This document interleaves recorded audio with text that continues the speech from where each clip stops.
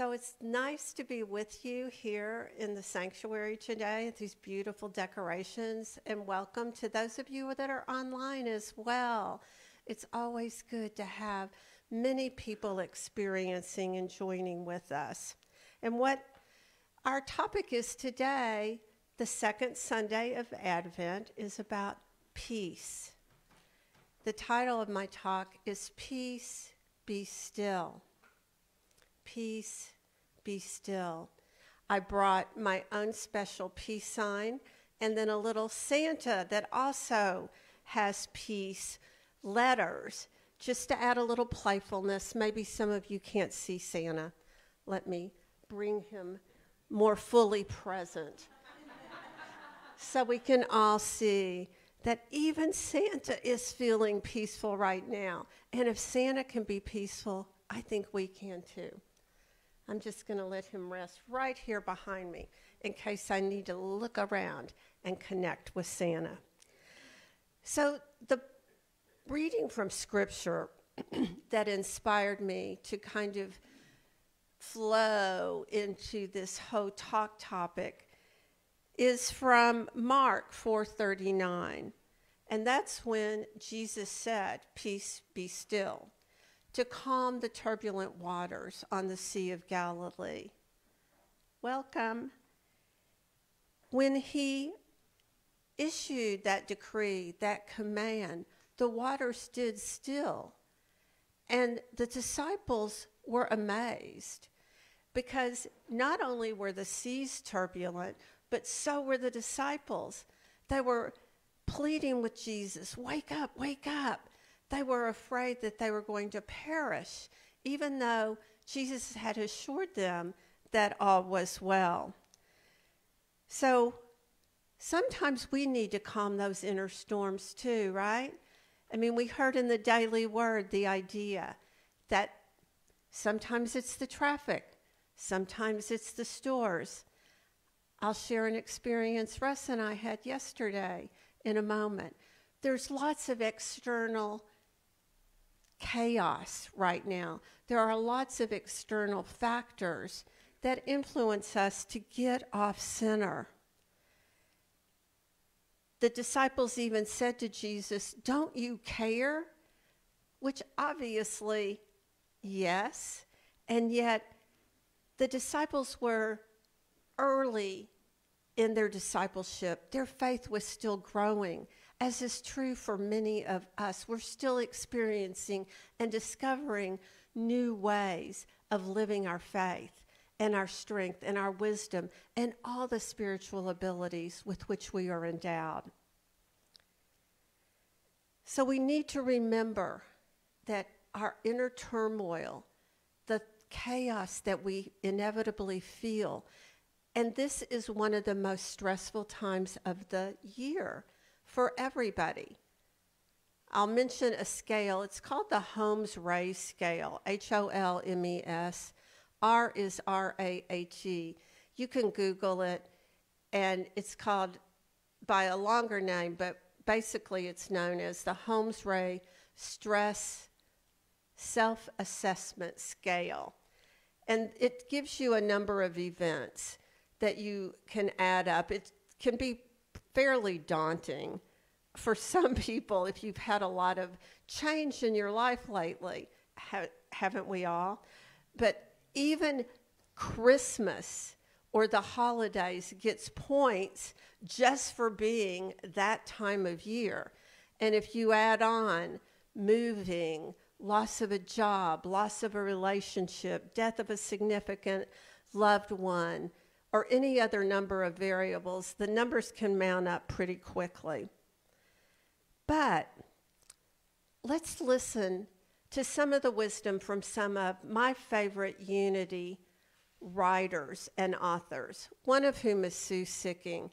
She was a Unity minister for about 45 years, and she wrote a book called Letters to Adam. I forgot to look for it this morning. I own it. And you could too. Letters to Adam by Sue Sicking. It cost me more to have it delivered than the purchase of the book. But it's a treasure. And she collected letters that were written to her over the years. And this is what she said about inner peace. She said, "It's a state of mind wherein we know that something is sustaining us and we know that we have a purpose." Isn't that so important?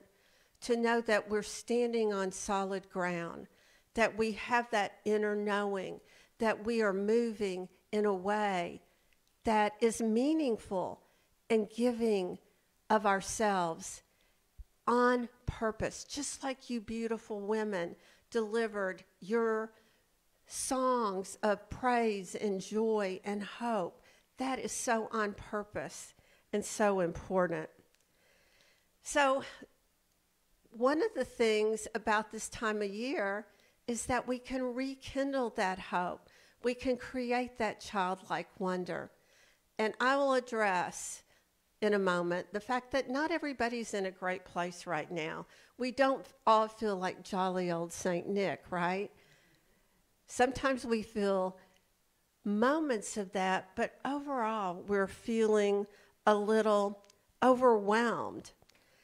So when I remember and reflect back to my first real home that was our home that we didn't share with other people, it was when I moved into what we called our new house for a long time in 1963. Some of you probably weren't even alive then. But I had moved in to this unfinished home that went way over budget because my dad was the contractor, and he had an experience maybe some of you have had in a remodeling project or a building project when you say, "Can I do this or that?" And they're like, "Of course you can, as long as you can pay for it." So he went like 125% is what they wound up expensing for the original cost of the project. So that year, I thought it was so fun, but what my dad did was he wrapped the front door in this kind of bright, shiny paper, and we put a spotlight on the front door.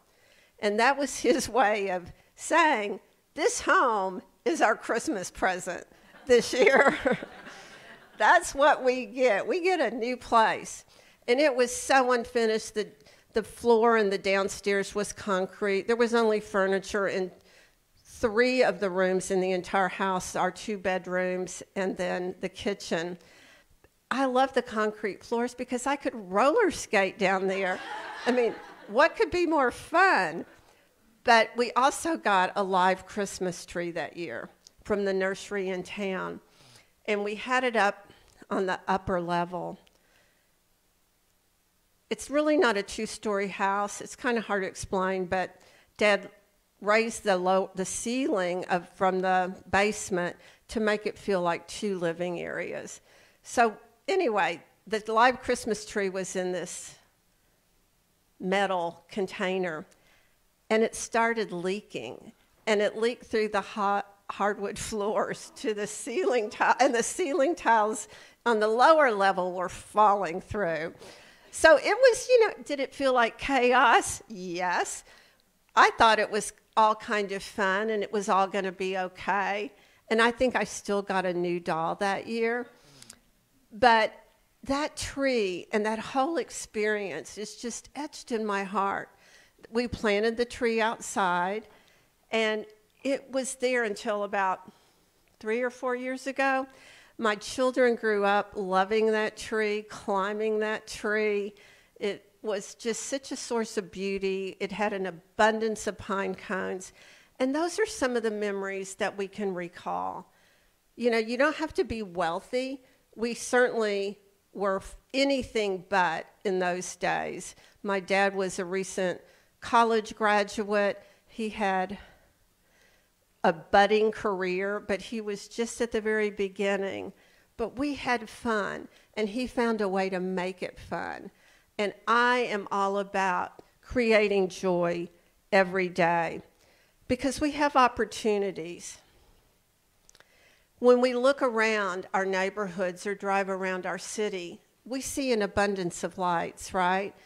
We want the light to temper or mediate the darkness that we're experiencing now. And we're not even to the shortest day of the year yet, but it feels so dark at times. But the lights, those Christmas trees and the lights on people's homes and the decorations, they add a sense of liveliness and hope. They light the way.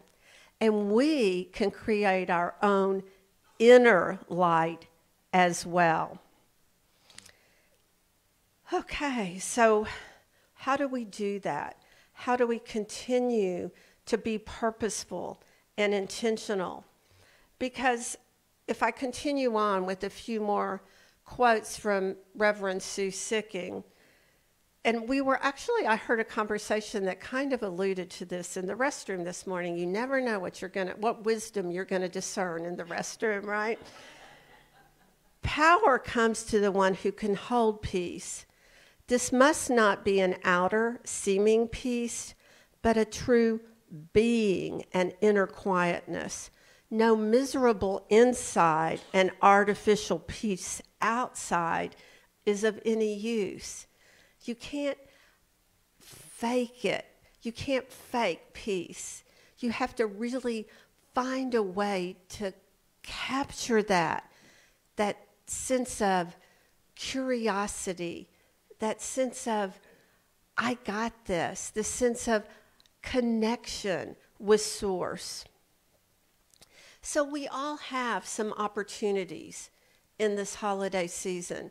I told you I was going to tell you a little story about what Russ and I went through yesterday, and I won't go through the long, involved part of it, but basically, in a nutshell, I had already mailed 11 packages, and I had 9 more to mail, but my closest post office had closed at 1:30, and my only other option was in Denton, which is about 40 minutes from my house, and it closed at 4. So Russ told me, Waze says we're not going to make it. Anybody use Waze? I was like, it's okay. We can beat Waze. We can do this. We're going to hold a vision that we're going to make it. And we pulled in the parking lot at 3:58, and I am literally running across the parking lot and up the stairs, and it's a long way to the entrance of the post office. It's one of those old buildings. And I'm running down the hall with my bag, and this guy goes, looks like you're about 5 minutes too late. And I said, oh, the doors are still open. And we drove all the way from Flower Mound, and I see the open door, and here I am just jogging towards the door and walk in. And the guy holding the door says, so we opened at 8, and you're just now getting here? It takes that long to get here from Flower Mound? I said, it's a long story. And I just kept going. And there was one clerk that had a receptive look on her face, and I went right to her. And I said, thank you so much for taking these packages, because I'm hosting a holiday event virtually on Wednesday, and I wanted everybody to get their package that we will collectively open together on Tuesday. So we kept holding that vision, and I was saying all sorts of peace-filled ideas on the way up. Thankfully, today's talk was on peace. It was really supporting me yesterday. And so Russ and we're talking about the trees and the glistening leaves, and he reflected on the beautiful water and how when the sunlight reflects on the water. So we were seeing the beauty all around us. I don't know about him, but I was just like, I'm okay with this. Whatever happens, we will have given it our best shot, and it's all going to be okay in the end, right? And as it turned out, we high-fived and we left Denton feeling successful. So that's just a little example of one thing you can do to create that sense of harmony and tranquility with whatever is. You know, I'm that way about cooking and hosting. In my house, everybody contributes. Know that if you ever want to come to my home. And everybody gets to play in the kitchen and enjoy the process. We can carry that forward into other areas of our life, because one of the other people that I often quote, one of my other favorite women of unity, is Martha Smock. Let me get that out clearly. In her book, Listen, Beloved, and if you don't know Martha Smock, she was the director of and the supervisor of the Daily Word for more than 35 years. We heard the Daily Word message this morning. Some of you probably subscribe to the Daily Word. I think Martha had a lot of wisdom and insight based on her experience. And she said this: if there is even one person with whom you are not at peace, then you have work to do. And the work begins with you, in your own thoughts and feelings and in your own reactions. So we have this blessed opportunity, whether it's sending somebody an electronic card or message or an actual paper card. I still do that. I like to send cards as well. We can create peace. We can extend our hand. We can extend our love and kindness. And Martha goes on to say, you can give the gift of peace through your loving and harmonious attitudes and actions. When I am going into a situation that can be potentially stressful, maybe some of you have friends or relatives with whom you interact and engage, and you have sometimes beliefs that can be a little conflictual or create disharmony. But going into every situation is, I am a peacemaker. I claim peace. I am going to take care of myself in a way that makes me a gift, that just my presence is a gift because I can be there with and for others. Okay, I mentioned that not everybody is feeling great this time of year. You know, that Holmes Race scale. Some of us have accumulated some losses. Some of us have lived through changes this year. Maybe you've lost a pet. Maybe you've lost a friend or a colleague or a significant other. Maybe you've had some other change. It's been a rough couple of years, and this year has been hard on me in the sense that two of the most important people in my life passed. The holidays bring up some anniversary reactions for me. My dad, with whom I had a very close relationship, he passed on December 22nd, and his funeral was on December 24th. So it comes back. It reminds me of that time. It reminds me of when I sat with him in his last few moments, with the last few breaths that he took on this earthly plane. It is a time of joy, but it's also a time of sadness and longing. It changed all of the lives of everybody in our family. So there are people that are grieving. If you are not actively grieving, hooray. That's something to be grateful for and to celebrate. But other people are. And if you have feelings about it, don't let anybody tell you that you're not being spiritual enough. That's just metaphysical malpractice. We have feelings when we grieve, no matter how deep our relationship is with God, how much we love and honor the divine within us. But you can continue to process those feelings, and you can continue to know that you will not feel like this forever, that you can engage in ways that are healthy and meaningful for you. And avoid people in situations where you're encouraged to pretend that nothing's happening. And I know this experience from a Christmas in the late 80s, and I had just had a miscarriage. I was incredibly sad. I was incredibly fragile and vulnerable. And the people around me didn't want me to talk about it. They wanted to just sweep it away, focus on what's good. And yes, there was a lot good, but I was also really sad and hurting and concerned that I might not be able to have another baby. In fact, I had 3 miscarriages between my first and second children. So that tells you that, yes, eventually I did have another baby, but it was a long road. And each of those losses was significant. So what can you do? What kind of expectations can you set for this holiday, these holy days that are in front of us? The best thing you can do for yourself, no matter what's happening in your life, is to engage with other people. Preferably in person, like in community, like here today. But even electronically is better than just shutting off and shutting down. You can have gatherings on Zoom. It may not be ideal, but sometimes it's the only way.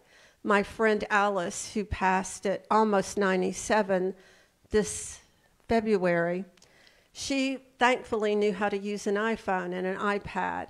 And there was a period of time when I couldn't visit her in her facility, but I could talk to her every single day on the phone. Sometimes I'd be looking at the ceiling, or it'd be all over the place. But I could hear her voice, and she could hear my voice, and that's what mattered. Connect with people. And then be prepared to sit with your feelings. As Kurt Condra, Reverend Kurt Condra, one of my favorite people and former minister at Unity of Dallas, used to say, let those feelings just bubble up. Just let them come up. Don't try to push them down. Don't try to push them away. Just let them be so that you can process and be with them and get the message of what those feelings are suggesting and communicating to you. One of the things that I did after my dad passed, and then later my mom and grandmother, all of whom were hugely significant in my life, was I took a respite from decorating to the hilt, so to speak. It didn't seem like a good use of my energy to haul out, or for Russ and I to haul out all the decorations from the attic. For a couple of years, I had a Christmas palm tree. Some of you all know I have an affinity for Hawaii and even have a ministry called Unity Spirit of Aloha. So we had a Christmas palm tree, and that was enough. And maybe a wreath or two, and maybe a few stockings, I don't know. But simplicity is okay. And this year, I am back for the first time in a long time to having a full Christmas tree, full decorations, although we got rid of the old one that weighed, I don't know, 60-something pounds, and have one that weighs like 28 pounds. So it's much easier for Russ, who does the hauling. And it has 4 pieces instead of hundreds of pieces to assemble. So make it easy on you. As you move through the holiday events, be mindful of what you're eating, what you're drinking. Do it with mindfulness. As I heard when I was in France this summer, eat like the French do. Savor every bite. Taste it. Appreciate it. Feel it. It's not a contest to see who can eat the fastest, because how many times do we eat fast and say, gosh, I don't even really remember what I ate. That's no fun. Savor every moment of everything and embrace being. How can you be with people? How can you be with yourself? How can you be joyful? What's going to light you up? What's going to excite you? What's going to stir your heart this holiday? Because your heart is the most important aspect of this whole process of peace. Your heart. Take care of your fragile and tender and gentle heart. Nourish it. Soothe it. Talk to yourself in kind and loving ways. And you don't have to wait until New Year's Eve to do another burning bowl. You all that were here for my talk in October, I was encouraging you to do one for November 1st. Remember, did anybody do it? And you can do one for now, for early December too. You don't have to wait till the end of the month, because what you're trying to do is to let go, to release all those aspects of what you're doing, how you're acting, what your attitudes are that no longer serve you. And then the second part of my burning bowl is ignite. What you're giving life to, what you're setting fire to in the most powerful and life force kind of way, what you want to cultivate, what you want to claim for yourself. And I will mention, as I wrap up this fantastic service, my book, Energy Sparks, to recharge, refresh, and revitalize. I wrote this book in 2020, and I had no idea. It was coming out during a pandemic initially. I had been writing ideas down for years, from back when I was a co-chaplain coordinator, I guess, at Unity of Dallas, for the chaplains, and ways about self-care, how to engage in more self-care, to be more self-nurturing and self-sustaining and self-loving. So anyway, some of these are great tips that you could take advantage of between now and December 31st. And if you're interested in a copy, I am selling them today for $10. They're normally $12.97. If you already have your own practice, your own protocols, your own special activities, that's great. Just be doing something intentional every single day between now and the end of the year that brings you peace and brings you joy. Because as we become more peaceful ourselves, so does our community, so does our city, and so does our world. God bless you, and namaste.